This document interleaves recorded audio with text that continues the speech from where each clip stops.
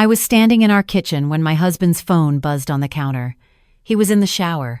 The screen lit up with a text message preview that made my hands go numb. "Can't wait for our trip to Cabo next week, baby. Finally told my husband I have a work conference." The sender's name was Jennifer, my husband's business partner, the woman I'd invited to countless dinners in this very house, the woman I'd laughed with at company parties for the past 4 years. "My name is Margaret. I'm 62 years old." And in that moment, standing in the kitchen of the home I'd maintained for 25 years, my entire world tilted sideways.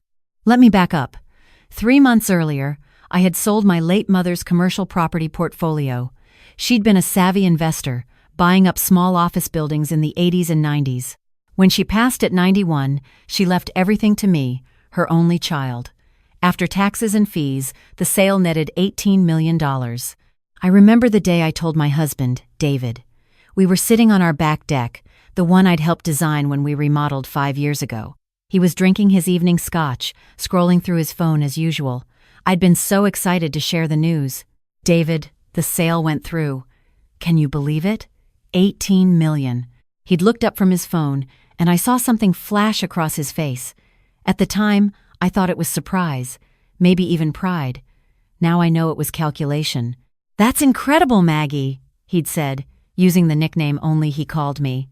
"Your mother would be so proud. We should celebrate." We did celebrate. He took me to our favorite restaurant downtown, ordered the expensive wine, held my hand across the table, talked about finally taking that trip to Europe we'd always planned. Maybe buying a second home somewhere warm. "We should put it in our joint investment account," he'd suggested. "Let it grow." I've been working with Jennifer on some promising opportunities, real estate development deals, could double it in a few years. Jennifer, his business partner. They'd started a commercial real estate consulting firm together 7 years ago after David left his corporate job. I'd been supportive, proud, even. He seemed happy, energized. He worked late hours, traveled for client meetings, attended industry conferences. I never questioned any of it. I was a fool. But that evening 3 months ago, I'd hesitated. Something in my gut whispered, "Wait." I'd learned to trust that voice from my mother. She'd built her fortune by being cautious, by keeping her own counsel. So I'd smiled and said, "Let me think about it. It's a big decision." David's smile had tightened almost imperceptibly. "Of course, honey. No rush. Whenever you're ready." But there was a rush. I felt it, the way he brought it up again the next day, and the day after that. Always casual, always reasonable, but persistent. Jennifer found this amazing opportunity in Austin, mixed-use development. But we need to move fast. These deals don't wait. I was thinking, Maggie, with your windfall, we could really expand the business. Jennifer and I have been talking about bringing on another partner, but if we had the capital ourselves. You know, honey, inflation is eating away at cash. Every day you wait, you're losing money. I'd felt guilty for hesitating. David was my husband. We'd been married 25 years. We'd raised 2 children together.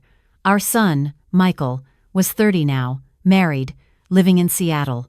Our daughter, Lauren, was 27, engaged, planning her wedding for next summer. We'd built a life. I made his coffee every morning the way he liked it. I kept our home running smoothly. I'd supported his career change. Why was I being so suspicious? So 2 months ago, I'd done it. Transferred $8 million to our joint investment account. Kept $10 million in a separate account, just in case. My mother's voice again, whispering in my ear. "Never give anyone everything, Margaret. Not even your husband." David had been thrilled. Kissed me. Told me I was making a smart decision, that we were a team, that this was going to change our lives. He wasn't wrong about that last part.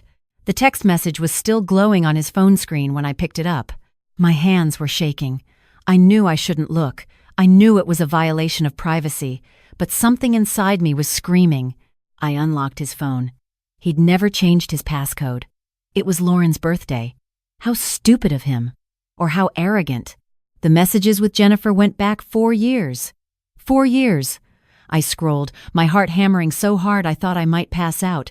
The texts were explicit, disgusting. Planning meetings that weren't meetings. Hotel rooms. Weekend conferences that were vacations. And there, scattered among the sexual messages, were conversations about money. When are you going to get her to invest more? Working on it. She's being cautious. Her mother must have warned her about something. We need at least $5 million more to cover what we borrowed. The Austin project fell through and the investors are asking questions. Don't worry. Once we're in Cabo next week, we can figure out the next move. Maybe it's time to accelerate the divorce timeline. 4 more months and we're free. You promised. I sat down at the kitchen table before my legs gave out. The shower was still running upstairs. David was humming. He always hummed when he showered. Some old Eagles song he loved. 4 years. While I was proud of him for starting his business. While I was supporting him. While I was keeping our home, managing our social calendar, visiting his mother in the nursing home every week because he was too busy. The water shut off upstairs. I did something I'd never done before in our marriage. I forwarded every single text message conversation to my own phone. Screenshots of everything. The messages with Jennifer. But also other messages I found. Conversations with his lawyer about timing the divorce right and protecting assets. Messages with someone named Rick about moving funds offshore and keeping her in the dark. Then I deleted the sent messages from his phone, put it back on the counter, and went to our bedroom. My bedroom. Not ours anymore. David came out of the bathroom in his robe, rubbing his hair with a towel. "Hey, honey, what's for dinner? I'm starving." I looked at him. Really looked at him. This man I'd loved for 25 years. This stranger. "I was thinking we could order in," I said calmly. "Chinese? From that place you like?" He smiled. "Perfect. I've got some work to do tonight anyway. Big client call in the morning. A client call. Or a call with Jennifer. Planning their trip to Cabo. Planning their future. Planning how to take what was left of my money." I ordered the food. We ate at the table. He talked about his day. I nodded in the right places, smiled when I was supposed to. Inside, I was screaming, but I'd learned something from my mother. Never show your hand until you're ready to play it. That night, after David fell asleep, I sat in our home office and started making calls. It was nearly midnight, but I didn't care. First, I called our bank, put a freeze on our joint investment account, the $8 million I'd transferred. They couldn't touch it without both signatures now. Then I called my mother's lawyer, Thomas Brennan. He'd been handling her affairs for 30 years. I woke him up. "Thomas, it's Margaret Chen. I need help. I think my husband has been stealing from me. He was at my house by 8 the next morning. David had already left for the office. His office. The one he shared with Jennifer." Thomas looked at everything. The text messages, our bank statements, the investment account records. His face got grimmer with each page. "Margaret, I'm going to be straight with you. This is bad. But we can fix it. First thing, you need a forensic accountant. Second, you need a divorce attorney. Third, you don't say a word to David. Not yet. We build the case first. How long will that take? 3 months. Maybe 4. We need to track where the money went. Document everything. Make it ironclad. I don't have 4 months. He's planning to leave in 4 months anyway. Going to Cabo next week, probably moving more money while he's gone." Thomas nodded slowly. "Then we move fast. I know someone. Sarah Chen, no relation. Best forensic accountant in the state. Used to work for the FBI. She can do in 3 months what takes others a year." He made the call right there in my living room. Sarah Chen was a tiny woman, barely 5 feet tall, with sharp eyes behind designer glasses. She met with us that afternoon at Thomas's office. I showed her everything. "Mrs. Richardson, I can have preliminary findings in 2 weeks, full report in 6, but I need access to everything. Bank records, credit card statements, business documents, tax returns. I can get you all of it," I said. "David thinks I don't pay attention to that stuff. He handles the finances, he always has, but I have access to everything." It wasn't entirely true. I'd let David handle our finances because I trusted him, because I was busy with other things, because that's what wives of my generation did. We trusted our husbands. We didn't question. We supported. My mother never would have been so stupid. She'd kept her own books, made her own decisions, trusted no one completely. She'd tried to teach me, but I hadn't listened. Too in love, too trusting. "I'm sorry, Mom," I whispered that night, sitting in her old chair in our study. I should have listened. The next 2 weeks were the hardest of my life. I had to pretend everything was normal, make David's coffee, kiss him goodbye, ask about his day, all while knowing he was planning to rob me and run away with his mistress. He went to Cabo, told me it was a business conference, couldn't bring spouses this time. I smiled and packed his suitcase, told him to have a good trip, sent him off with a kiss that made my skin crawl. The minute his plane took off, Sarah Chen came to the house with her team. They went through everything. His office, his files, his computer, every drawer, every box in the garage, every folder. What they found made my blood run cold. David and Jennifer hadn't just been having an affair. They'd been running a scheme, using their business to lure investors into fake real estate deals, taking deposits, showing falsified documents, then claiming the deals fell through, keeping the money. When investors got suspicious or demanded refunds, they'd use new investor money to pay them off. A classic Ponzi scheme. My $8 million wasn't going into legitimate investments. It was going to cover their tracks, pay off angry investors, keep the scheme running long enough for them to drain everything and disappear. But that wasn't all. Sarah found transfers from our personal accounts, our retirement savings, the college funds we'd set up for future grandchildren, money I'd inherited from my father 10 years ago. Little by little, over the past 4 years, David had been moving it, hiding it, setting up offshore accounts in the Cayman Islands, planning his escape. "He's been stealing from you for years," Sarah said, her voice tight with anger. "Probably since before he even met Jennifer. She just gave him a better exit strategy." The total?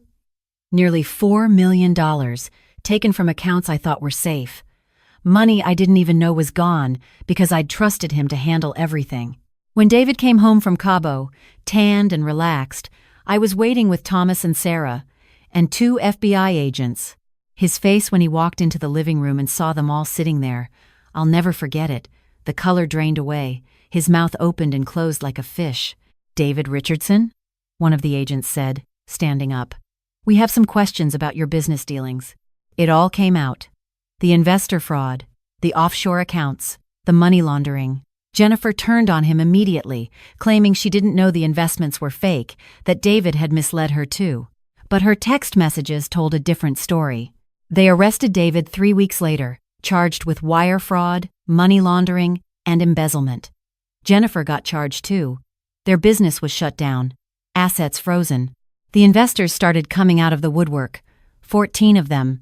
Older couples, mostly. Retired people who'd trusted David with their life savings. My heart broke for them. I knew exactly how they felt. I testified at David's hearing, looked him right in the eye and told the truth. About the affair, about the theft, about how he'd used our marriage as cover while he destroyed people's lives. Our son, Michael, flew in from Seattle. He sat in the courtroom, stunned. "Dad always said you were the one who didn't understand business, Mom. That you were too conservative, too afraid to take risks. He made it sound like you were holding him back." Our daughter, Lauren, postponed her wedding. She couldn't stop crying.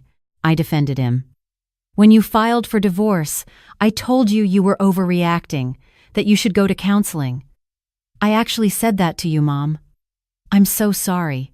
"It's not your fault, sweetheart," I told her. "He fooled all of us, but he hadn't fooled my mother." I found her diary after everything came out. She'd kept it in a safety deposit box, along with other important documents. Thomas gave it to me. There was an entry from 5 years ago, right before she'd updated her will. Margaret called today, so happy. David started his new business. She's so proud of him, but I don't trust that man, never have. Something in his eyes, the way he looks at her money, not her. I've made sure the inheritance goes only to Margaret. Not marital property, just hers. He'll try to get it, I know he will, but I've done what I can to protect her. I just hope she's smart enough to protect herself. She'd known. My mother had known all along. The trial took 9 months. David was convicted on all counts, sentenced to 12 years in federal prison. Jennifer got 8. Their assets were seized to pay back the investors. It wasn't enough. It's never enough. But it was something. The divorce was finalized last month. I got the house. David got nothing except his prison sentence and his regrets. He wrote me a letter from jail, asking for forgiveness, saying he'd made mistakes, that he still loved me. I burned it without reading past the first line. I'm 63 now. I live alone in our house. No, my house. I've redecorated, cleared out every trace of him. His favorite chair? Donated. His clothes? Goodwill. The back deck where he drank scotch? I tore it down and built a new one. A better one. I kept $10 million. The money I hadn't put in the joint account. My mother's voice, saving me one last time. I've invested it carefully, conservatively, with advisors Thomas vetted personally. No one gets access but me. I used some of it to help David's victims, the ones who lost everything. It wasn't my fault, but I felt responsible somehow, for not seeing who he was sooner, for not stopping him. Lauren got married last month, a small ceremony. Beautiful. She asked me to walk her down the aisle. You're the parent who was always there, she said, the one who actually loved us, not the one who used us as props for his perfect life lie. Michael brings his family to visit next month. My first grandchild, a little girl. They're naming her Eleanor, after my mother. I've started volunteering at a women's shelter, teaching financial literacy classes, how to protect yourself, how to spot the warning signs, how to trust your gut, the things my mother tried to teach me that I learned too late. Last week, a woman came up to me after class. She was probably 40, eyes red from crying. My husband wants me to put my inheritance in a joint account, she said. He says it's for our future, but something feels wrong. Am I being paranoid? I looked at her, really looked at her, saw myself 25 years ago. Trust that feeling, I told her. That instinct is your friend. It's okay to love someone and still protect yourself. It's okay to say no. It's okay to keep something that's yours. She thanked me with tears in her eyes. This is my life now. Not the one I planned, not the fairy tale I thought I was living, but it's real. It's mine, and I'm free. Sometimes I sit on my new deck with a glass of wine and think about what my mother would say. I think she'd be proud that I finally learned the lesson, that I didn't let David's betrayal destroy me, that I found my strength, even if it came later than it should have. I'm 63 years old. I have $18 million, minus what I've spent helping others and building my new life. I have 2 children who love me, a grandchild on the way, friends who stood by me through the trial, a purpose that gives my days meaning. And I have something else, something I'd lost somewhere in those 25 years of making coffee and keeping the house perfect and not asking too many questions. I have myself back. David sends letters from prison. I don't read them anymore. His sister calls sometimes, crying, asking me to visit him, to show mercy, to remember the good times. But here's what I've learned. You don't have to forgive people who betray you. You don't have to make excuses for them. You don't have to sacrifice your peace to make other people comfortable. The good times were a lie. The man I loved never existed. He was a character David played to access my life, my money, my trust. And I'm done feeling guilty for not seeing through the act sooner. I'm done feeling ashamed that I trusted my husband. I'm done apologizing for being the kind of person who believed in love and partnership and honesty. The problem wasn't that I was too trusting. The problem was that he was a liar. That's his burden to carry, not mine. So I carry something else instead. My mother's wisdom, my own hard-won strength, the knowledge that I survived, that I fought back, that I protected what was mine.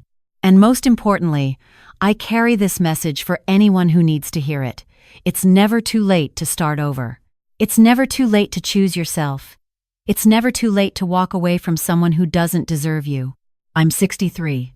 I'm starting over. And I've never been more free.